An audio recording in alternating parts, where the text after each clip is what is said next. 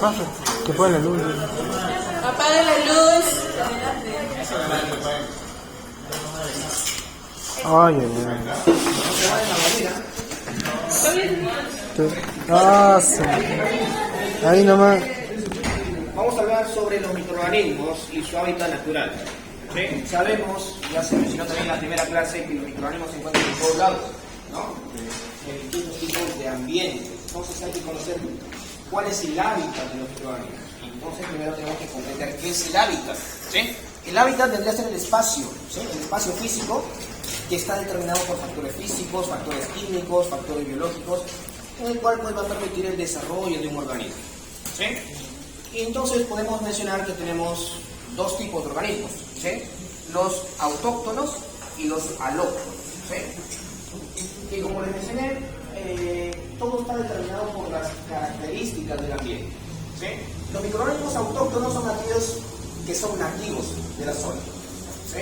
Se encuentran normalmente porque en algún momento se han adaptado, ¿no? Por ejemplo, el pH, se han adaptado a la temperatura, ¿no? O a otras condiciones, ¿no? Que permitan el desarrollo de estos microorganismos. ¿Ya? Mientras que los microorganismos alóctonos son microorganismos extraños, ¿sí? Que si las condiciones del medio cambian, ¿sí? Entonces estos microorganismos alóctonos posteriormente pueden tornarse autóctonos. ¿Sí? Por ejemplo, en el Mar Muerto, ¿cuál es la característica del Mar Muerto? ¿Cuánto aproximadamente? 30%. Claro, entre un 25 o un 30%, ¿no? Con una media de 28% de concentración de sal. Entonces, ahí no va a sobrevivir cualquier microorganismo, ¿no? En este caso van a sobrevivir las arqueas principalmente, ¿no? Las halotolerantes, ¿no? O las halófilas. Entonces, abre por favor. Entonces, cuando recién se formó este lago, ¿sí? Este lago primero tuvo que haber lo que es una meteorización de la roca, donde se fueron pues generando distintos sales que se fueron acumulando en este lago, que fue permitiendo el aumento de esta salinidad. ¿Ya? Y conforme fue pasando el tiempo, los microorganismos se fueron adaptando. ¿Ya? Entonces, para comprender, ¿no? Cómo es que estos microorganismos se adaptan, tenemos que ver la ecosfera, ¿no? Mejor dicho, la biosfera, ¿sí? El cual está compuesto por atmósfera, por la hidrosfera, ¿y cuál sería el otro?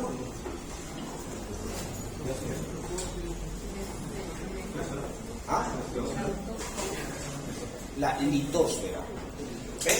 Atmósfera, aire; hidrosfera, agua; litosfera, suelo. ¿Sí? Entonces vamos a empezar con los microorganismos que se encuentran en el aire. Considerando, a ver, aquí otro término que hay que tener en cuenta, por ejemplo, el nicho ecológico. ¿Saben qué es nicho ecológico? ¿Qué es?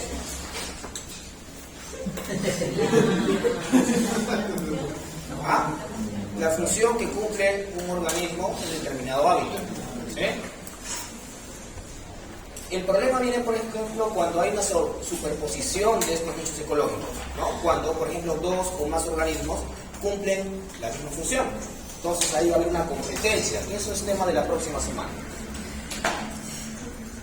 Entonces, vamos viendo, microorganismos en la atmósfera.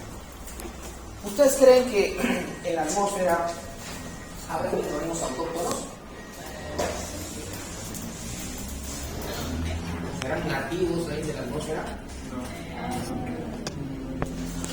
No, ahí solo encontramos microorganismos alóctonos, ¿sí? Porque estos microorganismos salen del agua hacia la atmósfera o del suelo hacia la atmósfera.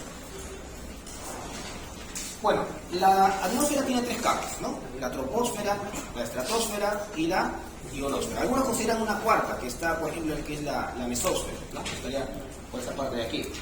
Pero en este caso vamos a mencionar esas tres, ¿sí? Esas tres capas. La troposfera es la que se encuentra más cercana al suelo, la litosfera, ¿sí? ¿Y saben dónde se encuentra la capa del suelo? ¿En cuál? ¿Atmósfera? En la estratosfera. ¿Sí? En la estratosfera se encuentra la capa del suelo. Ahora, conforme aumenta la altura, ¿sí? Disminuye la concentración de oxígeno. ¿Sí? Conforme aumenta la altura, disminuye la temperatura, ¿sí? Y disminuye la presión, ¿ya? Entonces, los microorganismos, ¿no?, se van a encontrar principalmente aquí en esta zona de la troposfera, ¿sí? En esta zona. Ahora, aquí en la parte superior de la troposfera encontramos las nubes, ¿sí? Y una preguntita: ¿qué microorganismos predominarán? ¿Los autótrofos o los heterótrofos? ¿Ah? No, los Los autótrofos. ¿Por qué? Los heterótrofos requieren de compuesto orgánico. ¿En la atmósfera habrá compuestos orgánicos que lo podemos aprovechar? No. Entonces, ¿qué es lo que sí hay? Son las radiaciones solares, ¿no? También en el aire va a haber CO2, en las nubes va a haber agua. Entonces, eso es suficiente para que los microorganismos autótrofos puedan desarrollarse, ¿sí? Predominantemente hay autótrofos. Y como cuando mueren estos microorganismos autótrofos que liberan sus compuestos orgánicos, recién ahí pueden ser aprovechados por los heterótrofos, que en este caso serían en pequeñísima cantidad, ¿ya? ¿Qué más? Ahora, ionosfera. ¿Por qué se llama la ionosfera? Porque acá llegan las radiaciones, ¿no?, y genera la formación de iones, ¿no? Y estos iones pues van a matar a los microorganismos o cualquier organismo que llegue hasta esta zona. Por eso le digo, la vida se va a desarrollar en la troposfera. ¿Sí? Teniendo en cuenta que la capa de ozono, ¿cuál es la fórmula molecular de la capa de ozono? O3. El O3, ¿no? Es un compuesto oxidante, es mucho más oxidante que el cloro, ¿sí? Por lo tanto, ¿qué es lo que puede causar en los microorganismos? En los organismos, de forma general. ¿Ah? ¿Pero cómo? ¿Qué es lo que hace el cloro, por ejemplo? Si estoy diciendo que es un compuesto oxidante, ¿sí?, ¿qué va a hacer? Va a oxidar. ¿Y al oxidar qué significa? Que va a quitar electrones, ¿sí? Entonces genera una inestabilidad. ¿Se acuerdan cuando hablamos sobre radicales libres? Igualito, ¿no? Quita electrones y quita inestabilidad a los lípidos, a las proteínas, a los ácidos nucleicos, y las células, ¿no?, las bacterias van a morir. Entonces, nuevamente, ¿en dónde se desarrolla la vida? En la troposfera, ¿no? Muy bien. Ahora, les dije, ¿no?, los microorganismos pasan del suelo al aire o del agua al aire, ¿sí? Luego vemos cómo. Pero también esta atmósfera le va a servir para que estos microorganismos se puedan dispersar, ¿sí? Por ejemplo, ¿no?, cuando una persona está enferma, y creo que lo mencionamos en una ocasión, cuando una persona está enferma, tose, estornuda o habla, está eliminando los microorganismos, ¿sí?, hacia la atmósfera, que por acción del viento los va arrastrando, ¿sí? De igual manera, ¿sí? Ahora la pregunta es, David, ¿qué es una célula vegetativa? Ya que va a resumir una fuente del interior, que puede ser el sol, el suelo, el agua, por ejemplo. Sí, ya, pero la célula vegetativa vendría a ser la forma activa, la que está metabólicamente activa, ¿sí? Porque hay que comparar o diferenciar la célula vegetativa con la espora. La espora es inactiva a determinadas condiciones y la célula vegetativa es la forma activa, la metabólicamente activa, ¿sí? Entonces, predominantemente, a través del aire se van a transportar las esporas, ¿sí? ¿Por qué? Porque tienen menor tamaño, tienen menor densidad y facilita su desplazamiento, ¿no? Entonces, esto también permite pues, que puedan infectar a plantas, ¿no? Supongamos que tenemos una planta infectada que comienzan a formar pues, en sus hojas, ¿no?, los filamentos, ¿no?, los mohos. En este caso, igual, por acción del viento o incluso cuando llueve, salpican, ¿no?, las gotas, impactan sobre las hojas, permitiendo que las esporas se levanten y sean dispersadas por el aire, ¿sí? También hay algunos honguitos que buscan otras estrategias para poder diseminar sus esporas, ¿sí? Por ejemplo, este honguito de acá, este se llama Pilobolus, ¿sí? Entonces, este honguito hace que aumente la presión osmótica, ¿sí? Y cuando ya la presión es tan fuerte, hace que esta espora salga disparada, ¿sí? ¿Hacia dónde? En este caso, hacia donde hay una fuente de luz,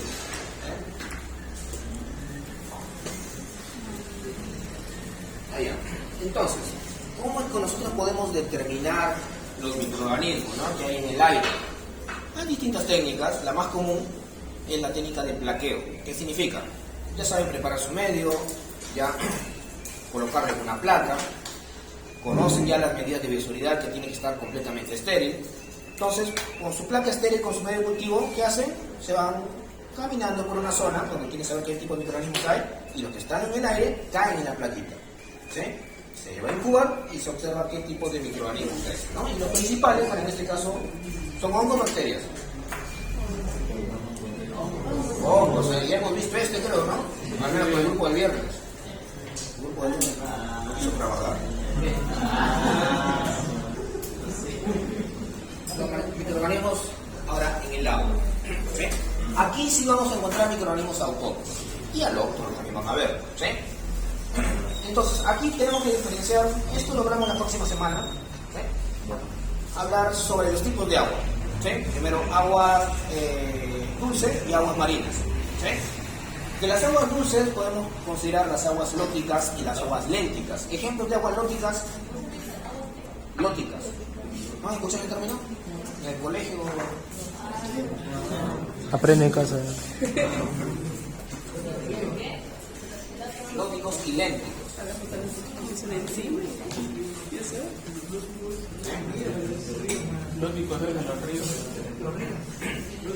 Primero partimos de acá, lénticos, ¿no? No tienen mucho movimiento, ¿sí? Entonces ahí estamos hablando de lagos, lagunas, ¿sí? Pero en los lóticos ahí sí hay movimiento del agua, ¿sí? Entonces ahí están los ríos, las acequias, todo eso, ¿ya?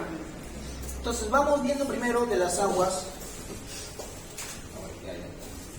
lóticas. No, de los lénticos, ¿sí? De las aguas lénticas. En este caso estamos viendo de... ¿qué será? Una laguna, ¿sí?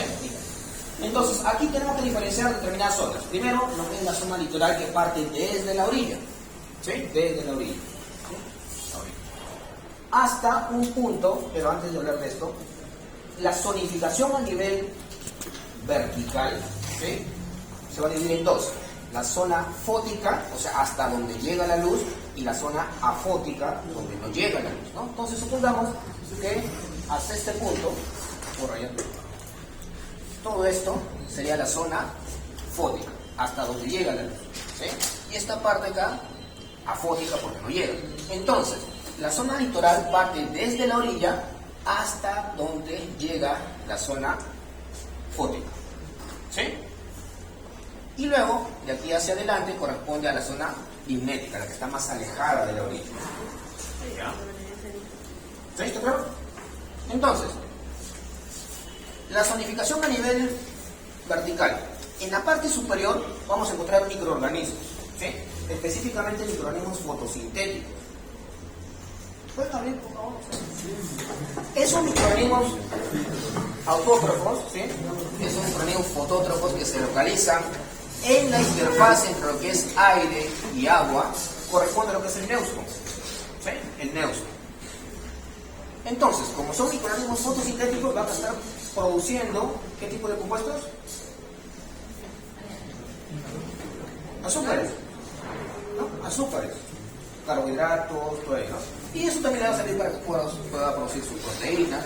Igual como mencionamos en el caso del aire, cuando estos fotótrofos, ¿no?, mueren, liberan sus compuestos orgánicos, entonces es aprovechado por los microorganismos heterótrofos, ¿sí? Entonces, aquí a nivel del neutron va a haber mayor cantidad de microorganismos que lo que hay en la columna de agua, ¿sí? Y otra pregunta, ¿dónde creen ustedes que habrá mayor cantidad de oxígeno? ¿En la parte superficial o en la parte del fondo? Superficial. ¿Por qué? ¿Por qué? Por la presión atmosférica. Por la actividad fotosintética.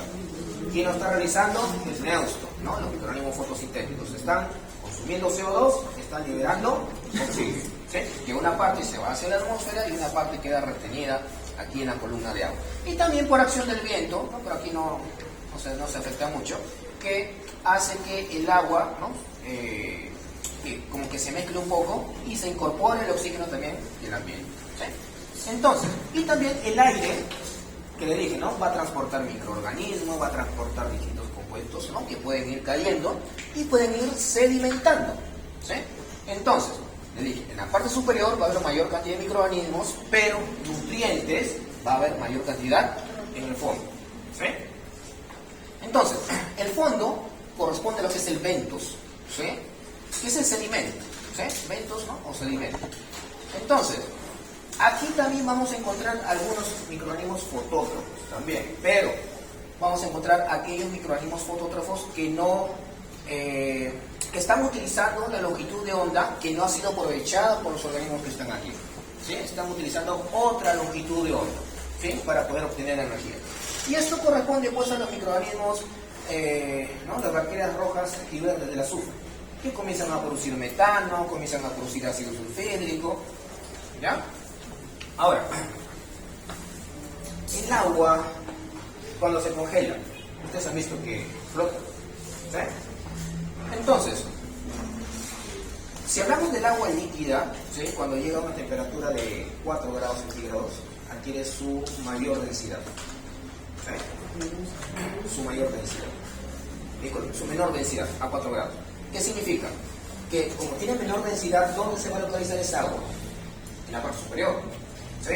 Entonces, en invierno, ¿sí? En invierno, esa agua que está a 4 grados centígrados se localiza en la parte superior, ¿sí? Y el agua que está a otra temperatura se localiza abajo, ¿sí? Para evitar pues que no se enfríe mucho esta parte inferior. No sé si me dejo entender. A ver. Esta agua a 4 grados centígrados va a actuar como una barrera, porque en invierno las temperaturas, dependiendo de la zona, llega a bajar, ¿no? 0 grados, menos 4 grados, qué sé yo. Entonces, esta agua a 4 grados, entonces actúa como un aislante, de tal manera que aquí vamos a tener un agua un poquito más cálida, ¿ya? Entonces, en invierno tenemos dos capas, el epilígneo y el hipolígneo, ¿sí? El epilígneo y el hipolígneo, que está dividido por la termoclina. La termoclina es una zona de transición donde se da un cambio brusco de temperatura, ¿sí? Donde, como mencionamos, aquí en la parte superior va a haber gran cantidad de oxígeno, ¿sí? Aquí poca cantidad de oxígeno, aquí va a haber poca cantidad de nutrientes y aquí va a haber bastante cantidad de nutrientes. Pero cuando llega el verano, ¿sí?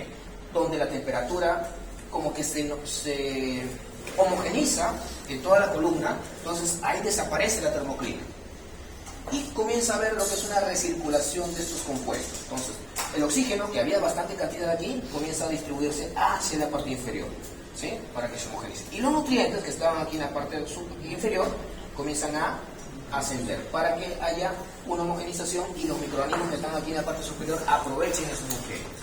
Y los microorganismos que están aquí en el fondo pueden utilizar el oxígeno para poder obtener mayor cantidad de energía. ¿Sí? ¿Está claro?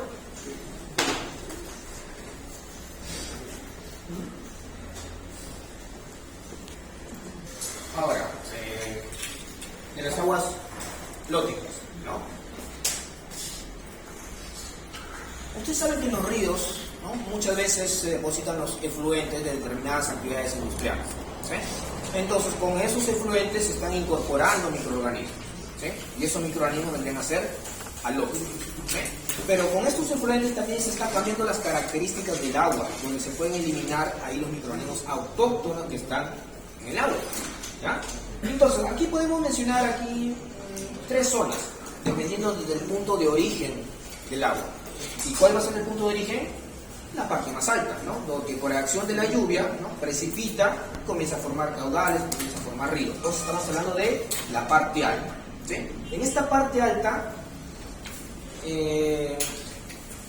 no va a haber muchos árboles, ¿sí? No va a haber muchos árboles.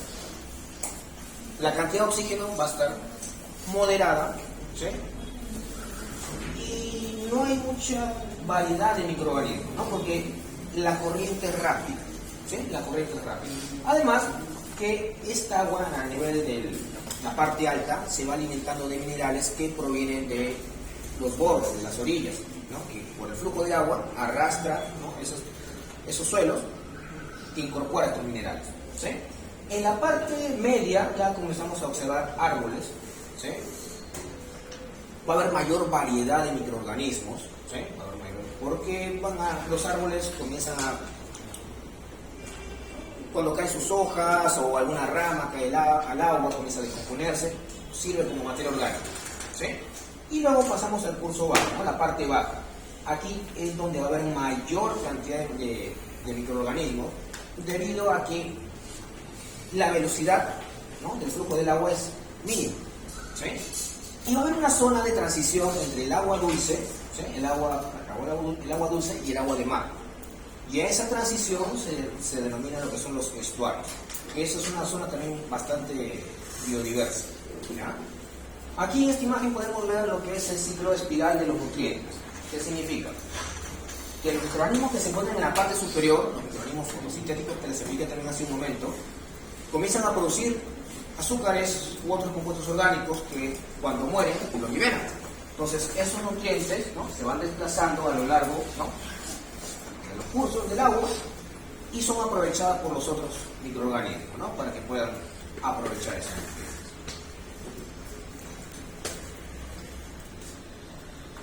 Ya, ahora pasamos al agua marina. Aquí vemos, por ejemplo, ¿no?, el río que comienza a desembocar en el agua de mar. Entonces el estuario vendría a ser todo esto que vemos aquí, ¿no? Es una mezcla de agua dulce con agua marina. Ahora, en el agua de mar también tenemos varias zonas, ¿no? Tenemos lo que es la zona litoral. ¿Sí? La zona litoral corresponde desde lo que es la zona de alta mar hasta la zona de baja mar. ¿Sí? ¿Me van a entender hasta ahí? ¿Sí? La zona litoral, desde el alta mar hasta el baja mar, que esto está condicionado por el movimiento de la luna. ¿Sí? Mientras que las corrientes marinas está determinada por el impulso del viento, ¿no? Todo el viento, como mueve los cuerpos de agua, genera estas corrientes marinas. Pero esto de la alta mar y baja mar está determinado por los ciclos de la luna. ¿Sí? Luego seguimos con la zona sublitoral. ¿Sí? En el colegio les han explicado a ustedes sobre el borde continental, me imagino, ¿no? ¿Sí, no? Más o menos.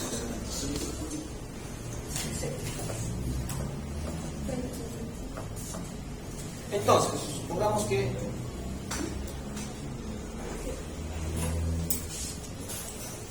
lo que está eso es el agua. Dice, ¿no?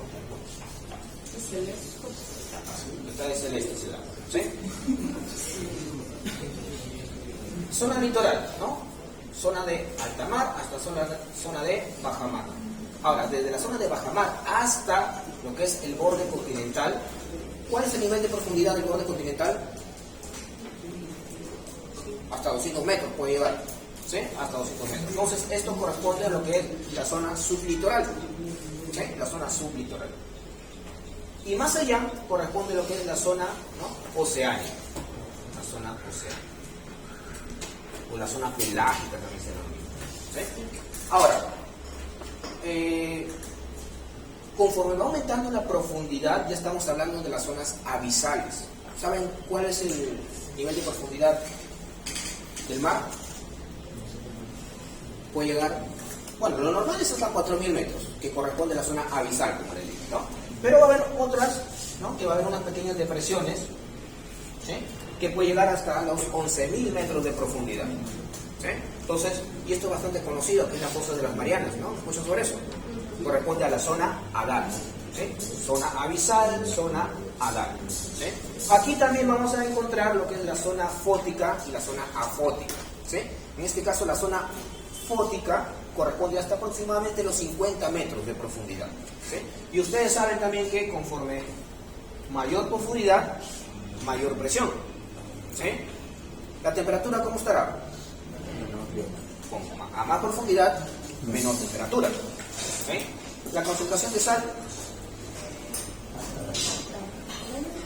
¿dónde va a haber mayor? ¿En la parte superior o inferior? En la parte inferior. Porque tengamos en cuenta que debido a la meteorización, ¿sí?, todos los minerales desembocan en el mar y tienden a precipitar.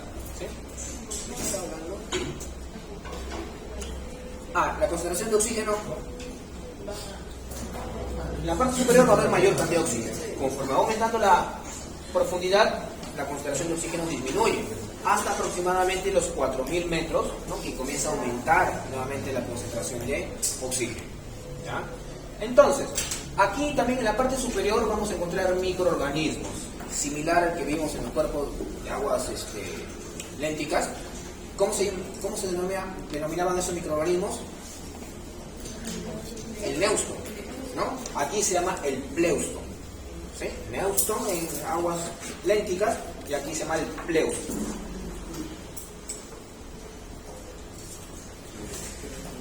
Entonces aquí vamos a encontrar, ¿no? Microalgas principalmente, ¿sí? Microalgas. ¿Por qué no tanto bacterias, ¿no? u hongos? Porque la salinidad es un poquito elevada a comparación de las aguas dulces, ¿no? Aquí la concentración de sal es de aproximadamente 3.3 a 3.8 partes por millón, ¿sí? Con una media de 3.5. Entonces, son pocos los organismos que están adaptados. Entonces, aquí en el pleuston principalmente van a haber microalgas. Y también vamos a encontrar invertebrados, ¿sí? Invertebrados, que van a conformar lo que es el fitoplancton y el zooplancton, ¿sí? Las ballenas, ¿en qué parte estarán? ¿Ah?